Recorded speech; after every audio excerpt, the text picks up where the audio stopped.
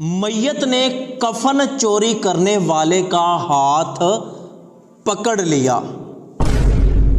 एक कफन चोर कफन चोरी करने के लिए कब्रिस्तान में आ गया। कल ही एक शख्स का इंतकाल हुआ था। कफन चोर ने जनाजे के वक्त उसकी कब्र देख ली थी। अब ये कफन चोर दोपहर के वक्त उसकी नई बनी हुई कब्र पर पहुंच गया कि आज मैं इसका कफन चोरी करके बेच दूंगा। उसने कफन चोरी करने के इरादे से कब्र को जल्दी जल्दी खोदना शुरू कर दिया। उसे डर भी था कि कहीं कोई कब्रिस्तान में ना आ जाए। वो इधर उधर भी देखता रहा।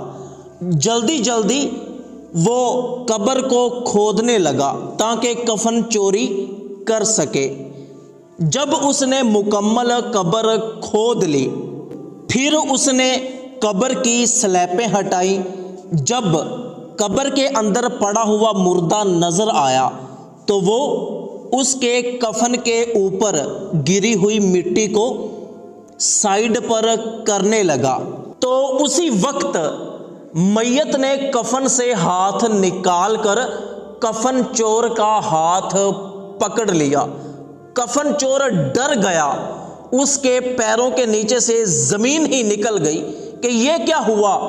मैयत जिंदा हो गई और वो अपने हाथ को छुड़ाने लगा, खींचने लगा, लेकिन मरने वाले ने उसका हाथ नहीं छोड़ा।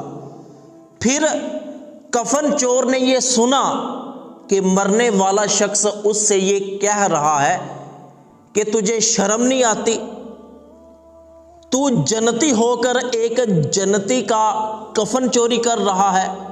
तो चोर ने कहा, मैं तो कफन चोर हूं, तू मर गया, तू नेक इंसान था, तू तो जन्नती है, मैं तो एक कफन चोर हूं, मैं कैसे जन्नती हो गया। तो मैयत ने कहा कि जिस बंदे ने मेरा जनाजा पढ़ा था अल्लाह पाक ने सबको बख्श दिया है, तो तूने भी मेरा जनाजा पढ़ा है, इसलिए तू भी जन्नती हो गया, तो अब दोबारा जिंदगी में ये काम ना करना। तो कफन चोर ने कहा कि मैं सच्चे दिल से तौबा करता हूँ, मैं अल्लाह पाक से माफ़ी मांगता हूँ कि आज के बाद मैं कभी भी किसी का कफन चोरी नहीं करूँगा, कोई गुनाह नहीं करूँगा।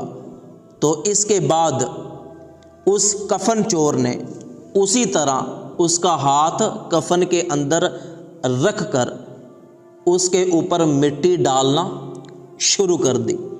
तो दोस्तों, हदीस मुबारक में आता है कि हर मुसलमान का जनाजा पढ़ो, इसलिए कि अगर मरने वाला नेक होगा तो जनाजा पढ़ने वालों की उसके तुफैल बख्शिश हो जाएगी, और अगर मरने वाला नेक नहीं होगा तो जितने लोग जनाजा पढ़ने के लिए आएंगे तो उनमें से अगर कोई नेक बंदा होगा तो उस नेक बंदे के तुफैल मैयत की बख्शिश हो जाएगी। तो अल्लाह पाक से दुआ है कि अल्लाह पाक तमाम मरहूमीन की बख्शिश फरमाए और हमें सिराते मुस्तकीम पर चलने की तौफीक अता फरमाए।